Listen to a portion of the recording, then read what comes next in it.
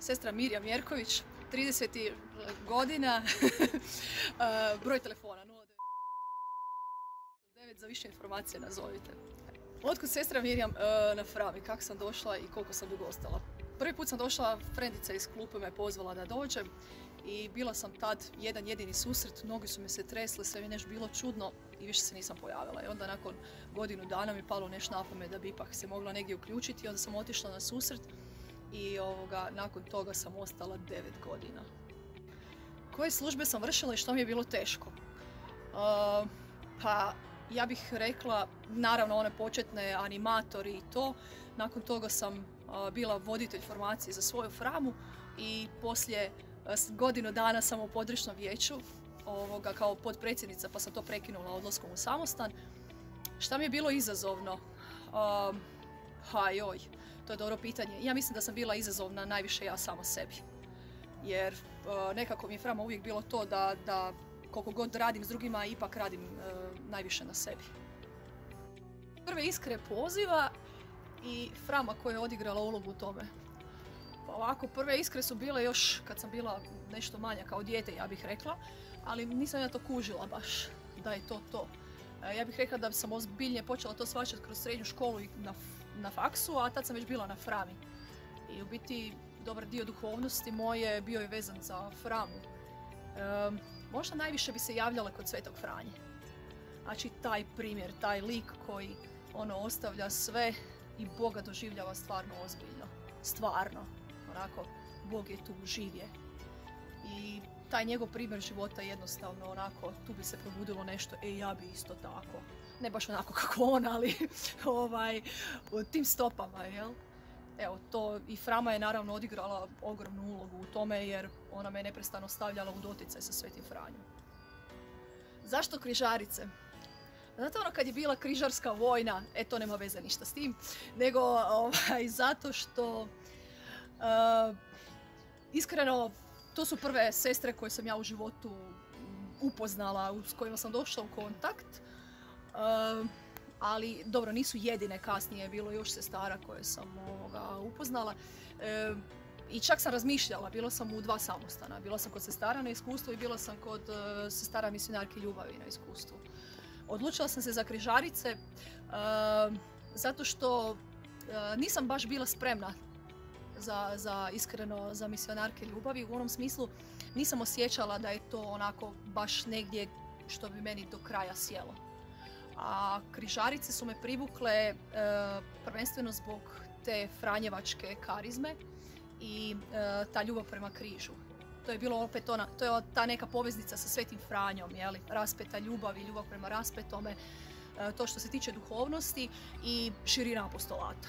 Znači, kad sam ja došla i vidjela u Đakovo da tamo od male bebe do starog čovjeka, bolnice, škole, sve živo, ta širina apostolata me baš privukla. Framaši Frama sada i prije? To je teško pitanje. Prije par godina na hodu jedan fratar je počeo vikati nema radosti, nema radosti.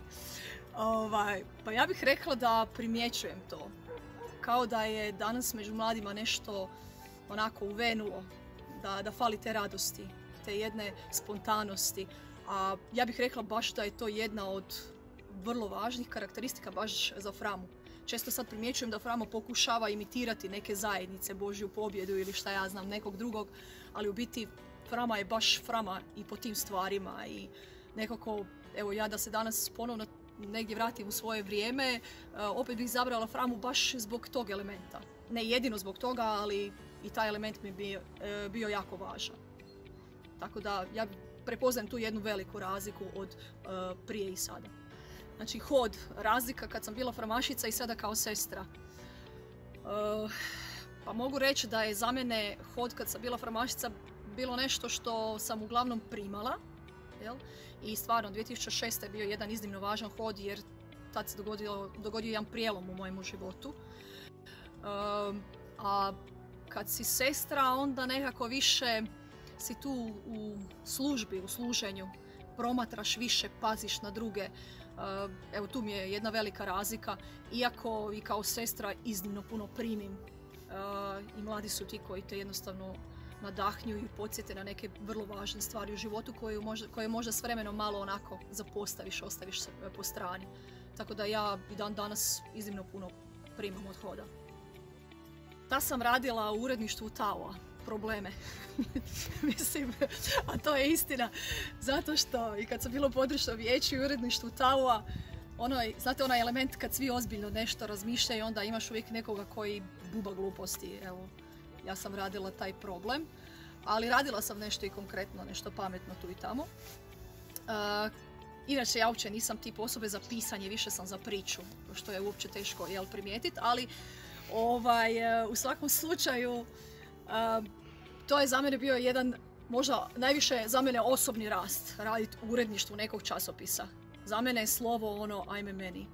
Osim riječi Božje, baš ono sve ostalo je prisila. Tako da iskustvo koje sam stekla je da se naučim prisiliti, sjesti i nešto napisati. Ovim putem ispričavam se svim framašima kojima sam ikad obećala išta napisati i nisam napisala.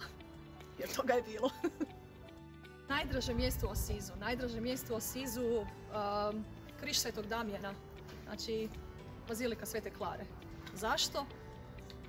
Zato što sam tamo jednom, 2006. na hodu, izrekla onu molitvu Franjinu Svevišnji dični Bože rasvijetli tvine moga srca. I tu sam baš onako iskreno izmolila tu molitvu i to se baš dogodilo nešto jako posebno između Franje, Isusa i mene. Zašto volim raditi s framašima? Ko je rekao uopće da volim raditi s framašima? Šalim se. Volim raditi s framašima zato što možda i zato što je to jednostavno dio mog života. Jel? Kako sam sama bila framašica, onda mi je to nekako skroz prirodno, osjećam se doma sa framom. Tako da to je nešto moje. Jel? Što me živcira kod framaša? Živcira me što nekad ne žele poslušati onako nešto iz iskustva.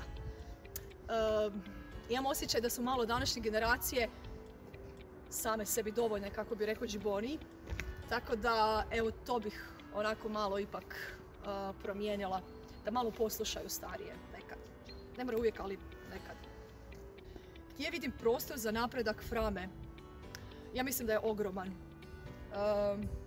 Možda je frama sad u ovom trenutku u jednoj krizi, možemo reći, ali ja bih se vratila onim korijenima. Svi pričaju o tome, o izvorima, o korijenima, ali baš ono što framu čini framom. Evo, već sam napomenula tu možda radost, jednu razigranost, tu oduševljenost životom, taj prostor, ali svakako rad. Kao da smo ušli u neku fazu, nećemo sjediti, prekrižit ćemo ruke, prekrižit ćemo noge i čekat ćemo da se nešto dogodi. Tako da ja bih rekla dvije stvari. Početi stvarno moliti za framu i početi raditi za framu. Što bi rekla nekom ko razmišlja o redovničkom pozivu? Rekla bih da je poziv nešto što je jako često. Samo su jako rijetka srca koja se odazivaju na njega. Danas ljudi misle da je to nešto ono, wow, ima netko poziv, jel? Ali u biti wow je kad se netko odazove, zato je to rijetko.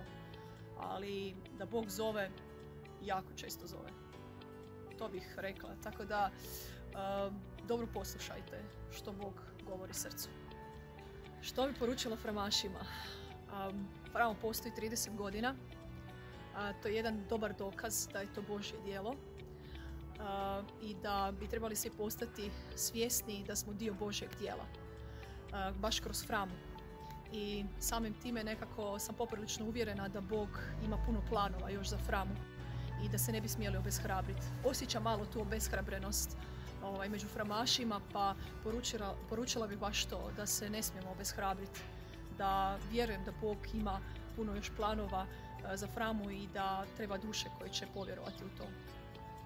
Ljudi, 34. rezervirala sam u kalendaru, proslava 30 godina frame u Hrvatskoj. Vidimo se na Svetom Duhu u Zagrebu. Bok!